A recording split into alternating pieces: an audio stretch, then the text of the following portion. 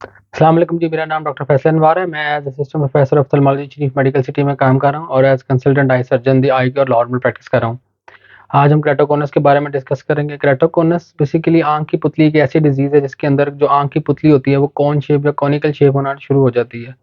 Patient usually complain करते हैं कि उनकी आँखों में धुंधला नज़र आना शुरू हो गया है। यूजुअली ये डिज़ीज़ शुरू में एक आँख में पहले इफ़ेक्ट करती है, उसके बाद दूसरी आँख की तरफ जाती है। मोस्टली एक आँख ज़्यादा अफ़ेक्टेड आपको मिलेगी और दूसरी कम अफ़ेक्टेड मिलेगी। पेशेंट्स को बार-बार अपनी ऐनक चेंज करवानी पड़ती है और वो चेंज करवाने के बाद भी ये कंप्लेन करते हैं कि एक्सिस उनका बार-बार चेंज हो रहा है, लेकिन उनकी विज़न क्लियर नहीं हो रही। ऐसे पेशेंट जिनमें ये डिज़ीज़ डेवलप होना शुरू हो जाए, उनके अंदर थॉरो क्लिनिकल एग्जामिनेशन बहुत ज़रूरी है, यानी उनका मुआयना किया जाना बहुत ज़रूरी है। ऐसे में हम स्लिट लैम्प के ऊपर कुछ साइन या सिम्पटम्स देखते हैं जिनकी मदद से हमें ये पता लगता है कि ये बीमारी आँख में डेवलप हो चुकी है या आँख में डेवलप हो रही है। अगर ये आँख में डेवलप हो रही हो, हमें इसके साइन्स पॉज़िटिव मिल जाएँ तो हम एक स्कैन जिसको पेंटाकैम या ग्लीली स्कैन कहते हैं वो हम करवाते हैं और उसको स्कैन को करवाने के बाद हम आँख के अंदर क्लिनिकल फाइंडिंग्स को उस टेस्ट के साथ रिलेट करके एक डायग्नोसिस डेवलप करते हैं। ऐसी पुतली जिसमें केराटोकोनस ज़्यादा डेवलप हो चुका हो, उसको ज़्यादा क्विकली हमें ट्रीट करना पड़ता है। पेशेंट की पुतली का यूजुअली जो डायॉप्ट्रिक पावर होता है, वो 42 या 43 से लेकर 46 डायॉप्टर तक रेंज करता है।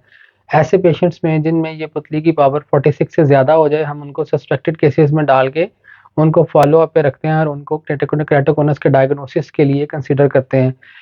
केराटोकोनस बेसिकली 2 टाइप्स का होता है, एक प्रोग्रेसिव और एक नॉन प्रोग्रेसिव। अगर तो आपका केराटोकोनस नॉन प्रोग्रेसिव है, तो हम आपको 3-3 माह के फ़ॉलो-अप पे बुलाएँगे और 6 माह बाद आपका स्कैन रिपीट करवाएँगे। लेकिन अगर वो प्रोग्रेसिव है और तेज़ी से आपकी ऐनक चेंज हो रही है, बार-बार आपका नंबर बदल रहा है और आपकी आँखों के आगे धुंधलापन नहीं जा रहा, तो हमें आपकी आँख को आपका केराटोकोनस जो है उसको हमें प्रोग्रेसिव स्टेज में लेबल करना पड़ेगा। इसके अंदर भी हमें ट्रीटमेंट को जल्दी से जल्दी कंसीडर करना होता है।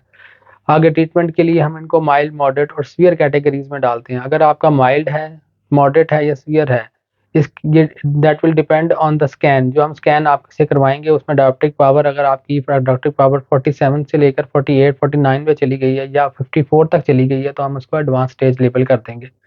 ऐसे पेशेंट जिनमें ये केराटोकोनस डेवलप हो जाता है, उनमें नॉर्मली क्रोनिक एलर्जी की भी हिस्ट्री होती है या उनके अंदर कोई और डिसऑर्डर होता है जिसमें जेनेटिक कॉजेज़ भी आ जाते हैं या कोई सिंड्रोमिक कॉजेज़ भी आ जाते हैं।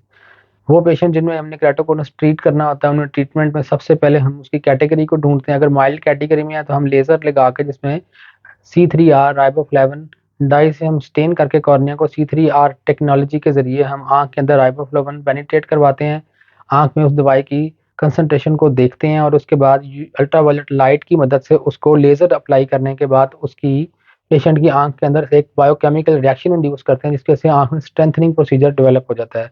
दूसरा ट्रीटमेंट ऑप्शन आ जाता है जिसमें हम इंटेक्स या इंट्राकॉर्नियल रिंग्स अप्लाई करते हैं लेज़र की मदद से, जिसमें अगेन हमने देखना होता है कि उसकी थिकनेस कितनी है, उसमें भी हमें पेंटाकैम या एक टेस्ट करवाना पड़ता है जो कि लेज़र टेस्ट होता है जिसकी मदद से हमें पेशेंट की कैटेगरी डिफाइन करनी पड़ती है। तीसरी स्टेज आ जाती है हार्ड कॉन्टैक्ट लेंसेज़ की और चौथी स्टेज जिसमें आँख की पुतली के अंदर पानी जाने की वजह से डिलेड केसेज़ के अंदर स्कार या निशान डेवलप हो जाता है, उनमें हमें केराटोप्लास्टी या कॉर्नियल ट्रांसप्लांट ही करना पड़ता है। बाकी प्रोसीजर्स उसमें अटेम्प्ट नहीं किए जा सकते। इसमें ये जानना बहुत ज़रूरी है कि वो पेशेंट्स जिनमें माइल्ड टू मॉडरेट कैटेगरी आती है, उनमें C3R प्रोसीजर बहुत ज़्यादा सक्सेसफुल है। आप बहुत जल्दी रिकवर कर जाते हैं इसके अंदर और इसके अंदर पेन भी नहीं होती। This is a painless procedure और इसके ज़रिए आपकी ऐनक के अंदर ऐनक की जो चश्मे का नंबर है, उसमें भी किसी हद तक इम्प्रूवमेंट देखी गई है और आँख के अंदर डिज़ीज़ की प्रोग्रेशन भी रुक जाती है। जो cases moderate to advance stage में जाते हैं, हमें उनमें C3R plus hard contact lenses दोनों ट्रीटमेंट ऑप्शंस को अवेल करना पड़ता है। एक ट्रीटमेंट ऑप्शन देखा गया है कि उनमें सक्सेसफुल नहीं रहता। आगे आ जाती है एडवांस स्टेज विद स्कारिंग, उसमें फिर हमें केराटोप्लास्टी या ट्रांसप्लांट ले डोनर डोनर कॉर्निया लेके उसमें ट्रांसप्लांट प्रोसीजर कंडक्ट करना पड़ता है।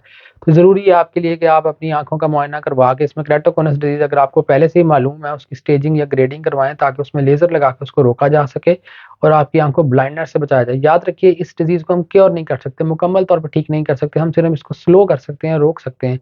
नॉर्मली इस डिज़ीज़ के बढ़ने की एज 17-18 साल में तेज़ी से ये बढ़ती है और 35 साल या 40 साल की उम्र तक इसकी प्रोग्रेशन रहती है। उसके बाद या तो ये डिज़ीज़ इस टाइम ड्यूरेशन के दरमियान या तो ये डिज़ीज़ रिपीट हो जाती है और या ये आपकी विज़ुअल लॉस करवाती है जो रिकवरेबल नहीं होता। तो इसलिए इसका डायग्नोज़ करवाकर इसका फ़ौरन लेज़र करवाना या जो ट्रीटमेंट ऑप्शन आपकी स्टेज के मुताबिक इसके ऊपर बेहतर है वो करवाना बहुत ज़रूरी है ताकि हम इसको मुकम्मल तौर पे ब्लाइंडनेस की तरफ जाने से रोक सकें। Thank you.